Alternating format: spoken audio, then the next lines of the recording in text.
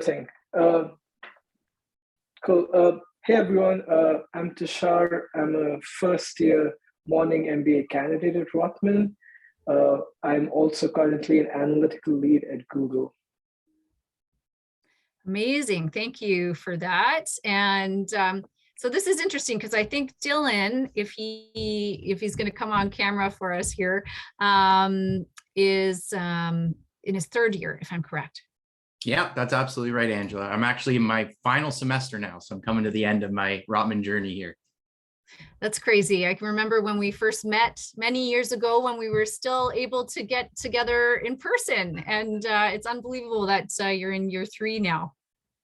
Yeah, absolutely. It's been long but worthwhile, and it's bittersweet. Excited to end it, but it's been a fun ride. Absolutely. That's awesome. All right. Well, we'll keep an eye out for Sarah, but in the meantime, Tushar, you told us a little bit about where you're working now. I'm assuming, you're probably still in the same role that you were when you joined. Is that correct? I actually started this new role at Google about 3 weeks after I started my school at Rotman. So it was exciting to start 2 new journeys at the same time. But it's been amazing, and I think Rotman, the course is designed so perfectly that I never felt overwhelmed, despite 2 new things in my life at the same time. That is a lot that you have going on for sure. And that's very exciting. We're going to learn more about what you're doing and how it's all going in a second. Dylan, I know that you have made a shift in what it is that you're doing. Yeah, actually, when I started the Rotman program, I was in a very different career path. My undergrad was in mechanical engineering, so I was actually doing some construction project management work for a utility company, Enbridge. If you're in the Toronto area, they're the folks who heat your homes in the winter. And yeah, I came into the Rotman actually planning on progressing at Enbridge and going on that career path, but I discovered this thing called management consulting, kind of fell in love with it a little bit, realized it's what I wanted to do, and now I'm with McKinsey. That's amazing. And so that's a transition that you made during the program. I was just talking to our audience before about the fact that, when you're coming into this program, people often think that they're going to complete the MBA and then something's going to happen. But in reality, most of our students are making shifts in their career while they're in the program. And so that's obviously what the case was for you. What resources did you use in order to kind of make that transition, Dylan? Yeah, I would say, there's 2 primary resources I used. One was I got some exposure because I didn't have a network in this space at all before I started at Rotman. One would have been case competitions, right? So a lot of the consulting companies sponsored case competitions at Rotman, and that was a great way to network with them. And then there's also, for pretty much every industry, a dedicated club. So in my case, it would have been what we call the MCA, the Management Consulting Association. And they're really great for 2 reasons. One, they give you all the resources to kind of prepare for that shift into whatever industry you're interested in. They've done it year after year after year. And so they know kind of, especially for someone like me, who is kind of in uncharted waters, learning what I had to do to actually make the transition. And at the same time, Rotman is often, just based on their reputation, a target school for a lot of these employers. So they will put you in connections with these people, with the recruiters, folks who are looking for Rotman candidates specifically, to get in touch with those types of opportunities. That's amazing. So we'll come back to the case competitions in a second. Tushar, are you part of any case competitions, or you're still in your first year. Have you done anything like that yet, or any clubs that you're part of? Yeah, I've actually joined the Management Consulting Club as well, because I'm in a consulting role. So I feel like the club's quite useful in just helping you understand how to solve problems, the approaches you should take. I've also joined the Business Analytics Club, which is, I think, again, really nice, because even though I haven't had the chance to attend any events yet, I think just the information that different clubs share, I think it's really nice. It's a good resource to have, when you need something. Absolutely. And so for those people who are online with us today and maybe don't know what a case competition is, I know before I'd been to business school, I thought it seems a little bit, I don't know, like just for fun or something. Dylan, can you talk to us about like what is a case competition, how much effort is involved, and what are the benefits of being involved in a case competition? Yeah, I mean, I do think they're a lot of fun. I think, you know, they're a good way to kind of complement a lot of what you're learning in the class with more practical applications.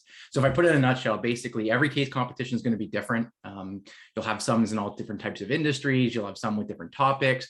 But at the crux of it is you're given some sort of business problem. Often you're working in a group, you're under tight time constraints, information constraints, and you're creating some sort of deliverable. I'd say most often than not, it's some sort of presentation that will eventually be judged. And then the competition piece, it'll be your group against a number of other groups to present to the judges and ultimately, hopefully, win the competition. In terms of benefits, there's a few. I think the biggest one, whether you win or not, is just the experience you get to kind of put what you've learned in the classroom into practice.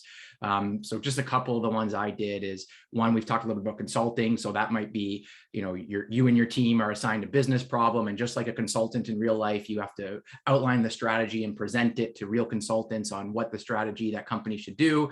Another one I did was with our entrepreneurship and venture capital club. In that case, the case competition was, there's 3 startups, which one would you invest in and why, and how would you structure the term sheet? And you have to present that to venture capitalists. And in each of those examples, you're not presenting to professors or other students, you're presenting to people from industry. You're presenting to folks that maybe they work for a consulting firm or a venture capitalist firm or whatever the context is of the case competition, and getting their feedback on how would what you did work in the real world. And I think that's one of the coolest pieces. Amazing. And speaking of consulting, Sarah is here to join us. Do you want to come on and introduce yourself and talk a little bit about what you're doing right now outside of Rotman as well? Yeah, so hi everybody. Apologies, I was a little bit late, meeting ran over. I work as a strategy consultant at a boutique firm here out of Toronto called Bond Brand Loyalty. What we specialize is in loyalty consulting and consumer engagement strategies. We do everything from designing and redesigning programs for some of actually the most well-known loyalty programs in North America, everything ranging from major consumer brands that you might know in the cosmetic world, all the way to some major QSRs and even in the auto field as well. So we range quite widely. In terms of my specific role, most of the work that I do today actually is in developing and identifying competitive white space for our clients. So if they are, for example, redesigning their engagement strategy, their consumer engagement strategy, or their program, what puts them in the lead, what makes them different, what gives them, a differentiation edge. A lot of that space is what I work in on a regular basis. Amazing. Thank you for that intro. And we were just chatting about clubs and case competitions. Are you a part of any clubs at Rotman? I am a part of SABRS, that's the Students Against Anti-Black Racism. So for me, and I know Dylan was sort of speaking about all the wide case comps that are available, that you can be engaged in through the different clubs that are available. For me, because my role is so strategically oriented anyways, I tend to step a little bit away from case competition oriented clubs and programs and focus a little bit more on advocacy and network growth, because to me, it's a little bit more advantageous to sort of balance out where my time and my efforts kind of are allocated throughout the day and the weeks. That makes good sense. And as I pointed out earlier, we have all sorts of different clubs. So no matter where your interests lie, or if you want to sort of go deeper into a certain area, or maybe like yourself, we want to kind of look at a broader or maybe something that you haven't tried before, there are different clubs for everyone. So now that we have all 3 of you here, if we could go back, for some of you, it's not too back in the past. For Dylan, I guess it's a couple of years back now. But if you could put yourselves in the shoes of the folks that are on the call with us today, and maybe talk to them about why it was that you chose Rotman. I mean, there are a lot of different options out there, and we've encouraged everybody to make sure that they do their research. And so, what was it that attracted you to this program? Tashar, maybe we'll start with you and we'll move across. Sure thing. So for me, there was a decision of going back to business school.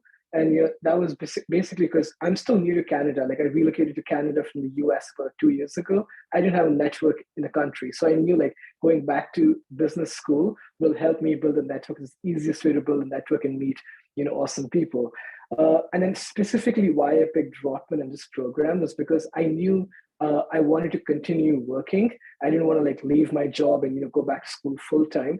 And the research I didn't find a better program. I also loved how this program was curated towards working professionals and how it allowed the work school life balance. And reading about it now, actually experiencing it, I think the program does a great job. So I'm glad I made the decision a few months ago, and I'm glad to be part of this program. We're glad you're here too. Over to you, Sarah. For me, like during the process, I did consider, all of the different schools that were available, but like Tushar mentioned, there are a couple of things that stood out for me. Being a working professional, I knew I never wanted to give up my experience in the workforce right now. And, especially when you're in that stage in your career where things are really amping up, you don't want to necessarily take time to step aside. And that could be for a variety of reasons. Rotman stood out for me particularly because of, it's inarguable about the prestige of the school and the program. It helps you really stand apart in terms, not just in applicant pools from a job perspective, but also in your networking and reaching out to new colleagues from a workforce perspective. There's a lot of recognition around the name, which just boosts everything for you. The staff and faculty are also a big contributing factor for me. I know that from the courses I've taken so far, the knowledge and experience and just the degree to which the faculty have shown their desire to make sure that you're actually learning has been something in retrospect was very beneficial. Great. Dylan, same question. It's been a few more years for you than for the others. Yeah, it doesn't feel that long ago. I remember being in that position, and to be honest, it was a stressful decision for me. I remember agonizing over it a little bit, both should I do the MBA and where should I do it? I'll echo my classmates' sentiments. I think for me, as I started to discover the part-time program and the idea that I could use this not as a gap in my career, but as a complement, continue working at the same time getting the MBA education was a huge selling point for me.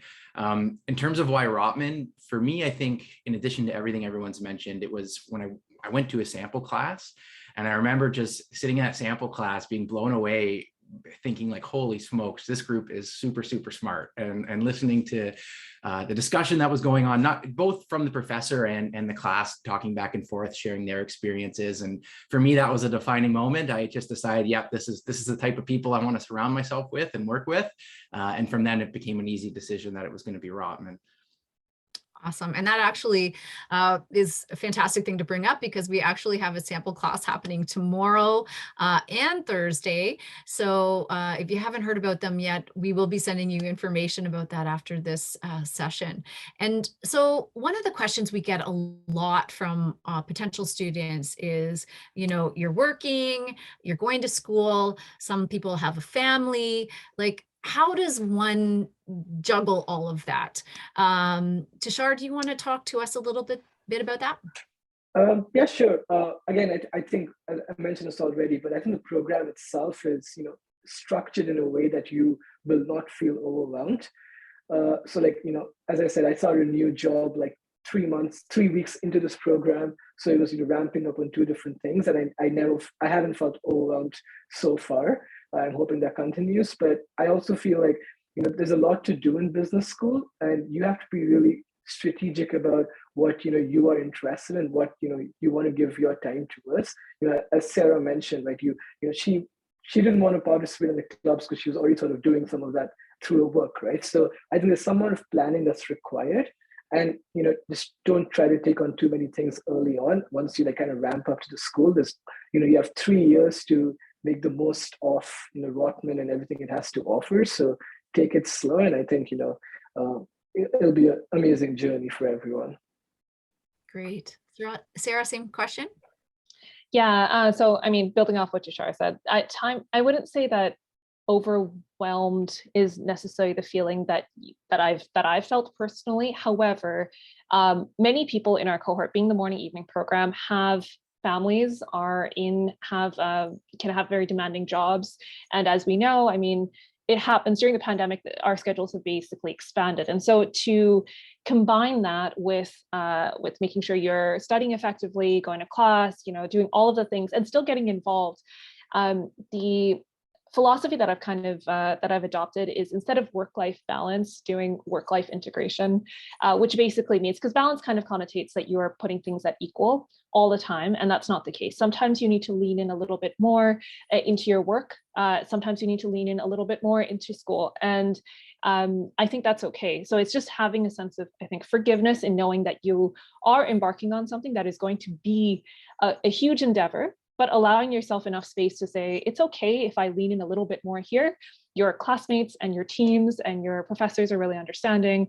And at the flip side, being able to lean into your work when you really need to, and having teams at work that also support you between your juggle. Yeah, I love that. I love that perspective. That's great. Thank you. Dylan? Yeah, I'm definitely going to agree. The viewpoint I like to have is be realistic. This is you're adding on extra accountabilities and extra obligations to your day. So it is going to require some sacrifice. It is going to require some reshuffling of your schedule and to be strategic about what you prioritize and when you prioritize it.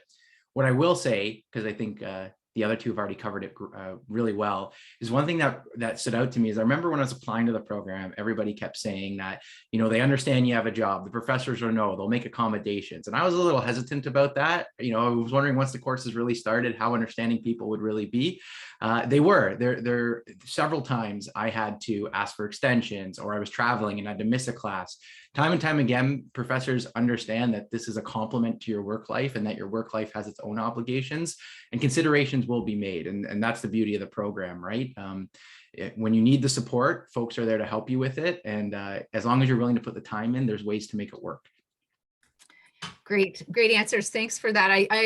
I hear routinely from our students that once you come out of this program, you do have a black belt in time management as well. And I think, as you become a leader, that's an important skill to have. And this is a great way to practice that skill set as well.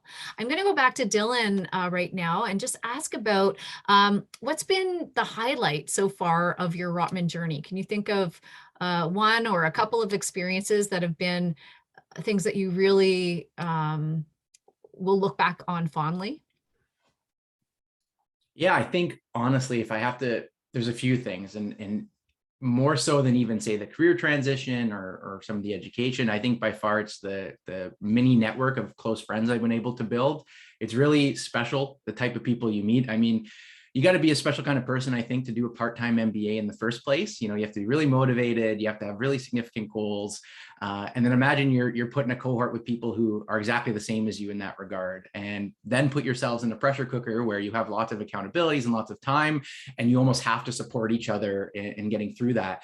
You end up developing some really close friendships. So in addition to the overall network I think I have through the program, I have maybe 5 or 6 super close friends that I've built throughout the program. And I think of everything I took from it, that's the coolest part. And I have a feeling there'll be friendships that'll go on for the rest of my life. That's amazing. I love that. And I agree. And I've talked about that earlier, just the value of that network. Of course, you're going to have some very close friends, and then you have your classmates, and then there's the network at large, and all are going to be very helpful to you as you move through your career. Sarah, I'm going to ask the same question of you, but before I do, I just want to put it out there for people that are on the call with us. If you have any questions yourself, please put up your hand. I'm going to open it up to anybody who wants to ask questions, but I'll continue on until we have somebody that has their hand up. So Sarah, if you want to answer the same question. Yeah, I mean, Dylan kind of took the point of the network that you built. I think something that struck me really early on was that in previous programs, so I did a graduate degree before this as well. Sometimes it feels really competitive, between your classmates, and everybody's trying to get, the top of the grade and everything. And that can feel really tense. What I noticed instantly in this program was a sense of support that comes from your classmates, which was not there in previous programs I've taken. And I think it's because everybody's kind of in it together. And like Dylan said, because you've committed to doing this with everything else you have on the go, it means you're pretty committed to learning. And what that means that people who have more knowledge, for example, in finance or capital markets, will share willingly their expertise to people who come from a healthcare dominated field or a marketing field. And there's this amazing sense of discussion that goes on in support that is, to me, it was unexpected and very, very welcomed. So that was one of my highlights. The other one was probably the Leads mentorship program, which I've had a chance to participate in this year, and it's been a particularly great offering, I think. Amazing. Do you want to talk about that a little bit? What is the Leads mentoring program? I'd love to know about that. Yeah, so the Leads program is basically, it's a little bit of a competitive process, but they bring in industry leaders throughout various verticals, whether it's, what is this, manufacturing, there's consumer packaged goods, there's consulting, there's finance, and they bring in people who often held executive positions, and they open up 5 to 6 spots of mentees that they take in. And you actually get time with them over the course of the year to have one-on-ones and industry events that they put on, in which they actually invite professionals to your networking event, and you get to speak with them and talk to them. And it's a great +1, I would say, in addition to everything else that Rotman offers. Amazing. Thank you for sharing that. I'm always learning about new aspects of the program because there is so much that you can take part in during your time here at Rotman. It is very, very tricky to communicate all of it, or even to know really all of what is happening, which is why we're having this week-long event, so we can kind of dive in a little deeper into certain areas. Tushar, how about yourself? Any particular highlights for you that have been memorable so far? Yeah, I think Dylan and Sarah covered this, but I think I'm loving like the diversity of my cohort.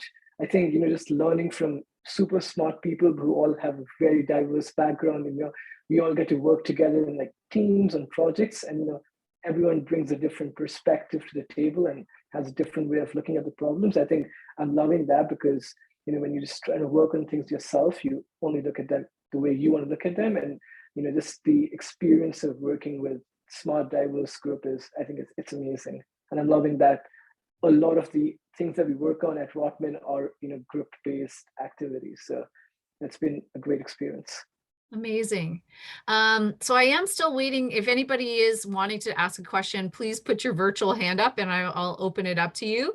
But in the meantime, I'll just keep going because I have lots of questions for all three of you. It's been a long time since I've seen your face. Oh, there's Joshua.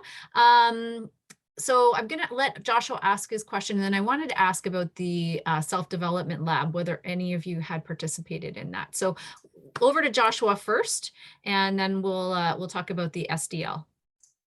Sorry, I didn't mean to interrupt you, but thank you. And thanks to our panelists for participating today. I'm very excited to listen to this session. This may be kind of a very general and obvious question, but thinking about the subject of this meeting, like a day in the life, I'm wondering if you can illustrate what maybe an average day, an average week might be more appropriate in the life of an MBA student was like for you or is like for you. That's a great question. Thanks, Joshua. Great point. Tushar, do you want to start with that? Yeah, sure. So yeah, we do in-person classes, or now virtual for now, like twice a week. So I'm in the morning MBA program. So my classes are 7 to 9 in the morning, like twice a week. So yeah, attending those classes, luckily my calendar for work is blocked until 10 o'clock for those 2 days of the week. So no, I'm not really busy answering emails or replying to messages up until 10 a.m. In terms of assignments, I think I usually carve out a couple of hours over the weekend to work on assignments, either alone or in my group. But I would say in total, I probably spend about, I want to say less than 10 hours a week towards my MBA program as of now, at least. And I think that's so far it's been easy to carve out that much time. I've also every now and then gone back to school in the evening to join the evening MBA folks once they're done with class to go out for drinks with them. And that's just amazing fun. That's awesome. And Sarah, how about for you? Are you in the morning or evening? I can't remember. I'm sorry. I'm in the evening. Yeah, so I'm I couldn't do morning because I prefer to actually get all of my meetings and everything done first thing in the day, and then sort of have space in the evening. When we were on campus, it was really important to set some boundaries at work for myself in terms of when I had to leave so I could commute down to campus. Now that it's virtual, again, it's a little bit different, but I would say that it depends on the week for me. So actually November, December, I was traveling for work. So there's an element of a day in the life for me tends to have some variety, because sometimes it's a jam-packed day full of meetings back to back, and you have barely a half hour before class starts, and you're in there for 2 hours, and then you just need to have some brain space after. Some days it's a little bit lighter and I have buffer time. I would say in terms of time allocation, I would probably spend a little bit more than 10 hours a week, just because, I mean, you have your Tuesday, Thursday classes, and then a little bit of whether it's assignments or catch-up readings or that kind of thing, but not to the extent that it is, another full job. Got it. Yeah, excellent. Thanks. Dylan, how about yourself? What's a day in the life of your MBA experience? Yeah, I think both Tushar and Sarah have represented it well. I'm in the evening program as well. Likewise, Sarah, I don't know if I could survive the morning program. I've taken a couple of electives in the morning and it's been tough for me. But it's similar, right? Like you'll have your dedicated times, typical structures. You'll have 2 classes every term, which means at least in the first year, they're on Tuesdays and Thursdays. So whether in the morning and the afternoon, you'll have those hours twice a week that you'll be in the classroom. And then I would say the rest is really how do you, around your work schedule and other commitments, fit in that 10 to 15 or however many hours it takes you to do your other commitments. These could be things like before your next class, you may have to do some readings to be prepared for the discussion, or there's an assignment, or maybe it even ramps up a little bit more near the end of the term and you're actually studying for an exam and preparing for that. So I think Sarah put it well. It's structured, but there's a lot of fluidity within that structure to apply your time the way that works best for you. Amazing. I see you have another question. Chandra, over to you. Thank you, Angela. So my question is, how was the intensive week? How did you guys manage that? Tushar and Sarah, I'm going to get one of you to answer that because I think you've just come through it, right? Yeah, I can speak to that. So okay. Intensive weeks, don't misunderstand them. They are intense. They are intended to be intense, and they are intense. They fully deliver on that part of what they are called. Don't try to do work at the same time. Just don't even attempt to do that, because I mean, to give a sense of what the intensive week is like, you are in class from 8 to 5 every single day, from Monday to Saturday. And every day after class, you have project work with your team, you have presentations, you have readings. Like if you tried to juggle work deliverables with that week, I actually don't think it's possible. Be prepared to be in for an endurance mindset during the week, but when you come out of it, it is really, really satisfying. That's what I'll say.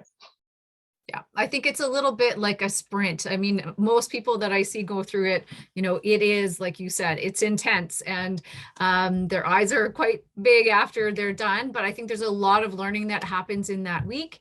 And then I think it does prepare you for sort of what's to come in the program as well. We've got time maybe for 1 or 2 more questions. Someone has listed themselves as observer. I'm not sure if that's your name, but over to you. Oh, I think that might be me. I just had a question for the panelists on their intent for their MBA. Like, did you go into an MBA wanting to change careers or not, and whether the outcomes have been positive for you? Dylan, do you want to start with that? Yeah, I mean, I'll say my original intent coming in was I had a mentor at the company I was for, and it was really to progress along my current career path that I was doing when I started part-time program, but it shifted quite quickly to, I want to go somewhere completely different. So the short answer to your question is, started off, just wanted to get promotions, climb up the ladder at my current job and complement what the skill set I had at the time with business skills. And then it turned into this big opportunity of learning about all these different careers that were out there and identifying one in particular that I wanted to transition to. Awesome. Tashar or Sarah, any comments on that? Are you, like Sarah, you're in the same, at the same company, but probably not in the same role. Am I right there? Yeah, I shifted roles. So I was in a project management, senior project management role before I started the program, and I was the shift to consulting had already been in the works, but I found that it had a lot of synergy to shift into a consultative role at the same time that you're doubling down in an MBA program, because the work and the mindset tends to align very well. I would say that I didn't really start the program with the intention of changing my career path necessarily. It was more so to enhance my business perspective. Like I wanted a larger, wider, holistic perspective on business that touched things that I don't know. For example, I didn't have background in accounting or finance, and it makes a lot of sense to get that information in order to progress further in your career and be a better business professional. Amazing. And we have 1 minute left. Roman, over to you. Okay, thank you. I'll keep this really quickly. To Angela, to you and to the panel themselves, I noticed when you apply, you pick morning or evening, because later on in the years, do you get to swap? Or let's say you try 1 year of morning, like this is not working for me. How did all of you figure that out? And did you stick with the original option that you selected? So Dylan, being in your 3rd year, I'm probably going to pick on you again for this one. Yeah, absolutely. So I'll say there's really 2 phases to the program. There's the really structured first part where you're taking courses that are very general and outlined as the school starts.